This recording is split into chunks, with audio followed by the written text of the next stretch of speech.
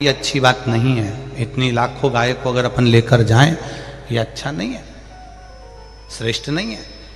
तो फिर करना क्या पड़ेगा? तब दुर्योधन के गुप्तचर ने, दुर्योधन के जो साथी थे, उन्होंने कहा एक काम करो, गाय के सोने के सींग लगे हैं, गाय की पीठ सोने की बनी हुई है, गाय के पांव में सोने के नूपुर लगे हुए हैं, गाय के गले में सोने की घंटी लगी हुई है, गाय की पूंछ पर सोने का आनंद लगा हुआ है। एक काम करो, पूरा सोना उतार लो। अब देखिएगा जरा, बहुत समझ की कथा है ये, बहुत ध्यान देने वाली कथा है। गाय के सोने के सींग निकालो, गाय की सोने की पीठ निकालो, गाय के सोने के खुर निकालो, गाय के सोने की घंटी निकालो, सोने का जितना सामान गाय के शरीर पर था वो सब निकाल लो। तब दुर्योधन से ये बात कही कि दुर्योधन क्या ऐसा कर सकते हैं? तो दुर्योधन ने कहा नहीं नहीं नहीं नहीं, देखो गौ माता के शरीर पे से इतना सारा सामान निकालेंगे, ये अच्छी बात नहीं है। दुर्योधन ने मना करा, पर नहीं माने गुप्तचर। और तब दुर्योधन ने कहा एक काम करो, अगर कुछ मत निकालो, लाखों गाय अगर इसकी गौशाला में है तो लाखों गाय को लेकर वापिस चलो और अपने हस्तिनापुर में इन गायों को ले जाकर रख लो। केवल माता रुक्मणी जी से भगवान कृष्ण कहते हैं कि रुक्मणी सुनो, मैंने पांडवों का साथ नहीं दिया है, मैंने राजा विराट का साथ दिया है, जिसने शिव मंदिर में बैठकर सत्य बोला था। उसके बाद भी दुर्योधन ने उसके साथ हरकत करी, उसने सत्य बोला, उसके बाद में भी उसके साथ में हरकत करी।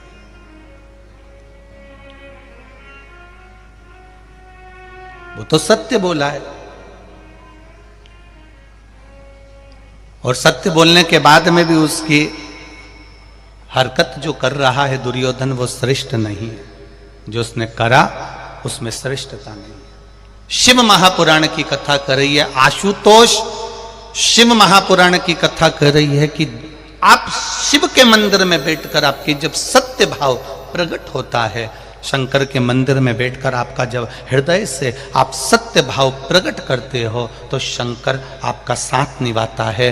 तो यहाँ भगवान कृष्ण अगर पांडवों का साथ दे रहे हैं तो केवल पांडवों का साथ नहीं दे रहे, भगवान कृष्ण स्वयं देवाधिदेव महादेव का साथ दे रहे हैं, जिनके मंदिर में राजा विराट ने सत्य कह दिया था और उसको जानकर भी दुर्योधन ने गौ माता का हरण कर लिया था। उसको जानकर भी हरण किया गया, गौ माता का हरण कर लिया गया। आप जाओ शिव के मंदिर, आप जाओ भगवान शंकर की चौखट पर, आप यहां तक शिव महापुराण की कथा कह रही है। शिव महापुराण की कथा यहां तक वर्णन कर रही है, जरा ध्यान से सुनिएगा कि खेती करो, किसान भाई अगर फसल बो रहा है, सोयाबीन बो रहा है, गेहूं बो रहा है, चना बो रहा है, चावल लगा रहा है, धान की खेती कर रहा है, मूंग की खेती कर रहा है, तो यहां तक शिव पुराण की कथा कह रही है कि खेती तुम करो, पर जिस दिन पहली बार खेत में जमीन पर तुम पांव रखो तो पहला जल मेरे शंकर भगवान का चढ़ा हुआ जल तुम्हारे पास में होना चाहिए, जिससे वो फसल भी तुम्हें प्राप्त हो तो शिव की कृपा से प्राप्त हो, देवाधिदेव महादेव की करुणा से प्राप्त हो।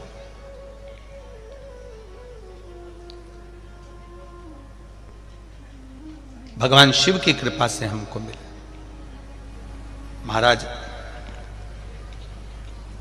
पूरी जिंदगी, पूरा जीवन, जैसे एक किसान पूरा जीवन जमीन पर निकाल देता है, उसी तरह एक माता पिता भी अपना जीवन अपनी औलाद के लिए निकाल देते हैं।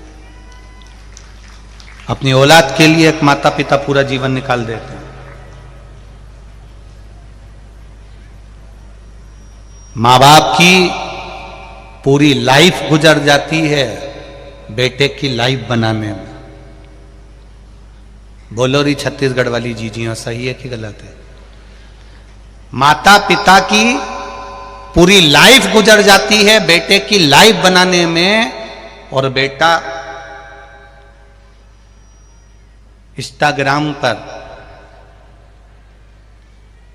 स्टेटस पर लगाता है my wife is my life.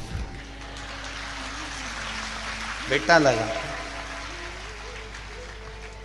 उसने एक बार नहीं लगाया कि मेरे माता पिता मेरी लाइफ हैं। शादी होने के बाद उसने लगाया कि my wife is my life, मेरी वाइफ ही मेरी लाइफ है। तो इतनी पढ़ाई काय को करी, वो तो तेरे को यूं ही मिल जाता। ऐसे ही काय को पढ़ा तू इतना? क्यों माता पिता ने तेरे लिए इतना कर्जा उठाया? क्यों माता पिता ने इतना काम करा तेरे लिए? दिन रात खेत में काम करता रहा, दिन रात जमीन में काम करता रहा, गीले में उसके पांव तक गलने लगे। जब धान की खेती करता है तो पांव तक उसके गीले गीले रहते हैं, ठंड बैठ जाती है शरीर में, श्वास की दमे की तकलीफ हो जाती है उसको। ठंड, गर्मी, बारिश सब ऐसे ही निकाल देता है केवल अपने बच्चे की लाइफ बनाने के लिए। और बेटा जब बड़ा हो जाता है, वो लाइफ जब बन जाती है, खूब पढ़ लेता है, शादी भी माता पिता कर देते हैं, तब स्टेटस पे लगा देता है, इंस्टाग्राम पर डाल देता है, फेसबुक पर डाल देता है my wife is my life. तब उस माता पिता को स्टेटस देखना नहीं आते, माता पिता को उसका मोबाइल चेक करना नहीं आता, पर तुमने भले डाल दिया, तुमने भले डाल दिया कि माय वाइफ माय लाइफ, तुमने भले डाल दिया, पर इतना याद रखना माता पिता तेरा मोबाइल चेक नहीं करेंगे, माता पिता तेरा कमरा चेक नहीं करेंगे, माता पिता तेरा स्टेटस चेक नहीं करेंगे, पर वो जिसके भरोसे पर उसने तेरी लाइफ बनाई है वो तो तेरा सर्वस्व चेक करने वाला बैठा हुआ। सर्वस्व जिसने तेरी लाइफ बनाने में सहयोग दिया है वो देवाधिदेव देव महादेव ने, वो तो संभालेगा, वो तो साधेगा। पीछे आवाज नहीं जा रही है भाई, उस साइड पीछे पंडाल में आवाज नहीं है।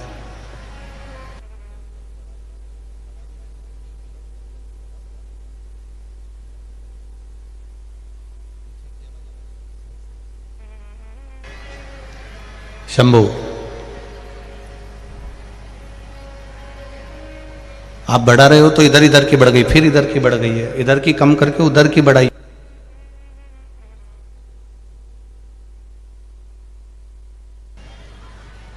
अपनी जिंदगी, अपना जीवन,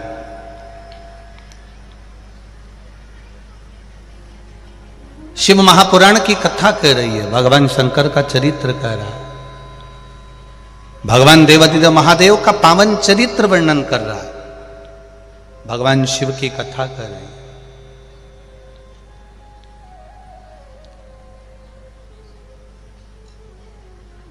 घर के माता पिता भी शिव का एक स्वरूप होते हैं, घर के बुजुर्ग भगवान शंकर का एक स्वरूप होते हैं। कोई कहे हमारे माता पिता भेद करते हैं, कोई कहे कि वो बड़ों को चाहते हैं, छोटे को चाहते हैं, कोई के मंझले को चाहते हैं, कोई के चौथे नंबर को चाहते हैं, कोई के तीसरे नंबर को चाहते हैं, कोई के दूसरे नंबर को चाहते हैं, कोई के पहले नंबर को चाहते हैं, कोई कहे पांचवें नंबर को चाहते हैं। शिव पुराण की कथा कर रही है, वो किसी को भी चाहे, पर कर्तव्य तुम्हारा होना चाहिए कि वो जन्मदाता है तुम्हारे, इसलिए तुम उनका आदर करो, तुम उनका सम्मान करो, तुम उसका सत्कार करो। वो जन्मदाता है तुम्हारे।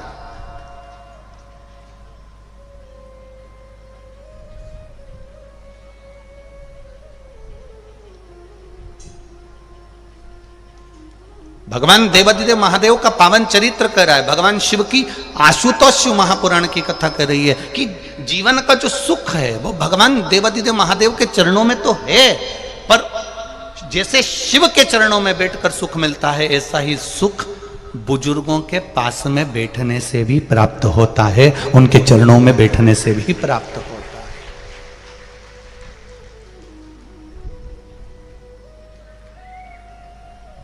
एक पत्नी हमेशा अपने पति को रुआब दिखाती है, छत्तीसगढ़ की नहीं है? एक पत्नी अपने पति को हमेशा रुआब दिखाती है कि मैं अपना घर छोड़कर आई, मैं अपना परिवार छोड़कर आई, मैं अपना पूरा बहन भाई छोड़कर, पूरे परिवार को छोड़कर मैं तुम्हारे लिए आई हूं। तो एक पति को भी रुआब दिखा कर कह देना चाहिए कि मैं भी तेरे चक्कर में अपने माता पिता से बुरा हो रहा हूं, मैं भी हो रहा हूं। ऐसा नहीं कि केवल तू ही है।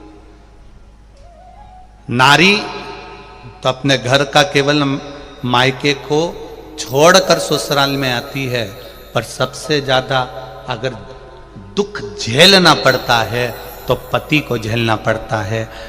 माता पिता कहते हैं जब से वो आई तो उसका हो गया, और ये दिन भर टाचा मार मार कर कहती रहती है तुम्हारे माँ बाप, तुम्हारे माँ बाप, तुम्हारे माँ बाप, तुम्हारे माँ बाप। अब बेचारा मंदिर के घंटे की तरह बीच में टंगा रहता है, बीच में टंगा।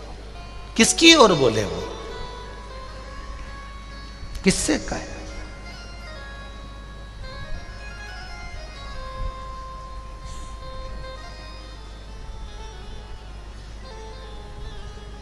किसको जाकर कहे कि वो ये सब चीजें, वो कह नहीं सकता। फिर भी पत्नी कुछ कहती है तो भी सुनता है, माता पिता कहते हैं तो भी वो सुनता है। उसकी जो लाइफ है, उसका जो जीवन है, उसका जो एक आनंद है, वो सब कुछ त्याग कर पत्नी और माता पिता में शादी के कम से कम 15 साल तक वो माता पिता और पत्नी में सांझा बिठाने में ही निकाल देता है। दुकान से आएगा तो सांझा बिठाएगा, जाएगा तो सांझा बिठाएगा, वो पूरा काम बस यही करता रहता है। इसको भी समझाएगा, उनको भी समझाएंगे, इसको भी समझाएगा, उनको भी समझाएंगे। पर शिव महापुराण की कथा कह रही है सबको समझाने से अच्छा है इस दिल को समझाकर महादेव के चरणों में ले जाकर छोड़ दो, अपने आप सब समझ में आना चाहिए। करो शिव की भक्ति। आशुतोष शिव महापुराण की कथा है। आशुतोष भगवान का मात्र स्मरण करने वाला, आशुतोष भगवान का मंत्र जाप करने वाला, आशुतोष भगवान के नाम का केवल उच्चारण करने वाला सुख पा जाता है, केवल आनंद पा जाता है, केवल उच्चारण।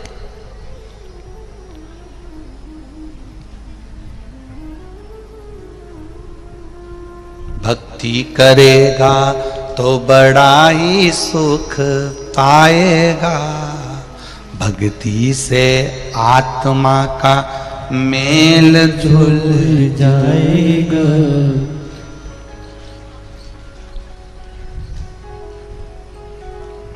इस संसार में आने के बाद में थोड़ा थोड़ा भगवान का भजन चित्त स्मरण हम सब करते रहे।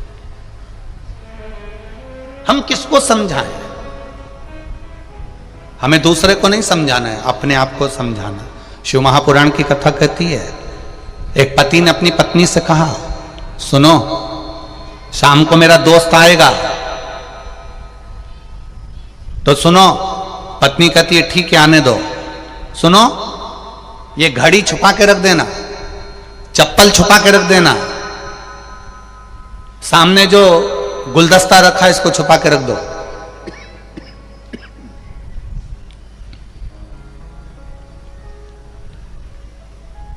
घड़ी छुपा दो, चप्पल छुपा दो, सामने सामान रखा है उसको छुपा दो, मोबाइल छुपा के रख दो।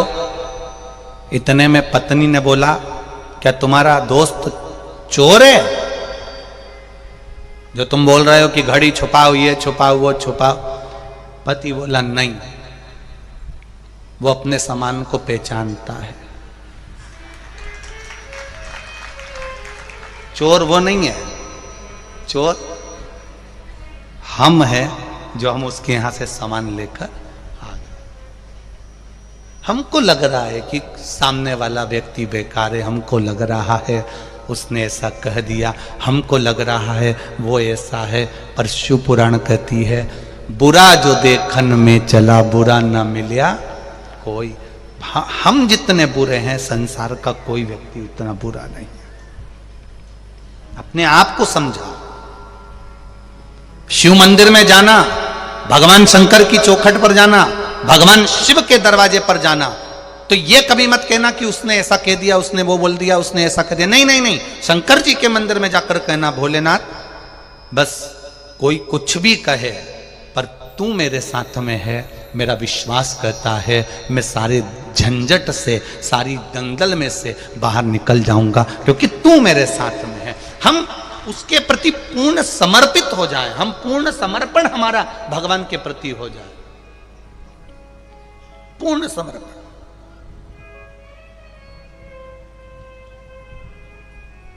कितना सुंदर संवाद है।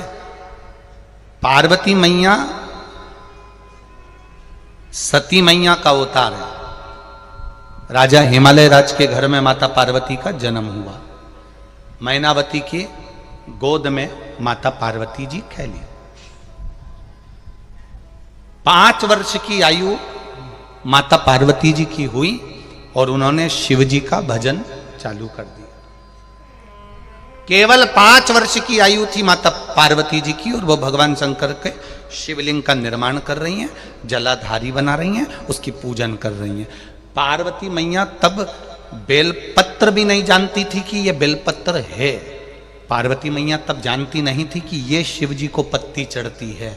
एक बार माता पार्वती जी जब शिवलिंग का निर्माण करती हैं, भगवान शंकर का पूजन करती हैं, तब माता पार्वती सब जगह की पत्तियां तोड़कर भगवान शंकर का श्रृंगार करती हैं।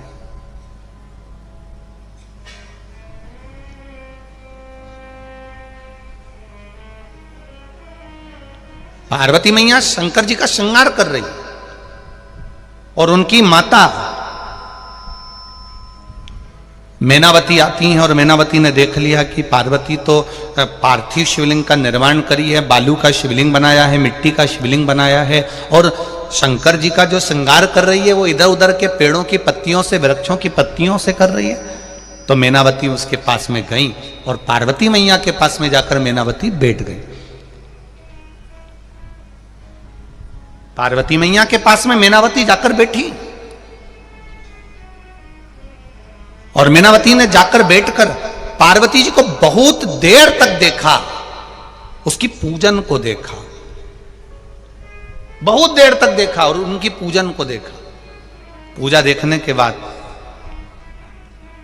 पार्वती मैया ने जब सारी पूजन कर ली तब मैनावती पार्वती जी को लेकर बाहर गई और बाहर जाकर मैनावती ने अपनी पार्वती को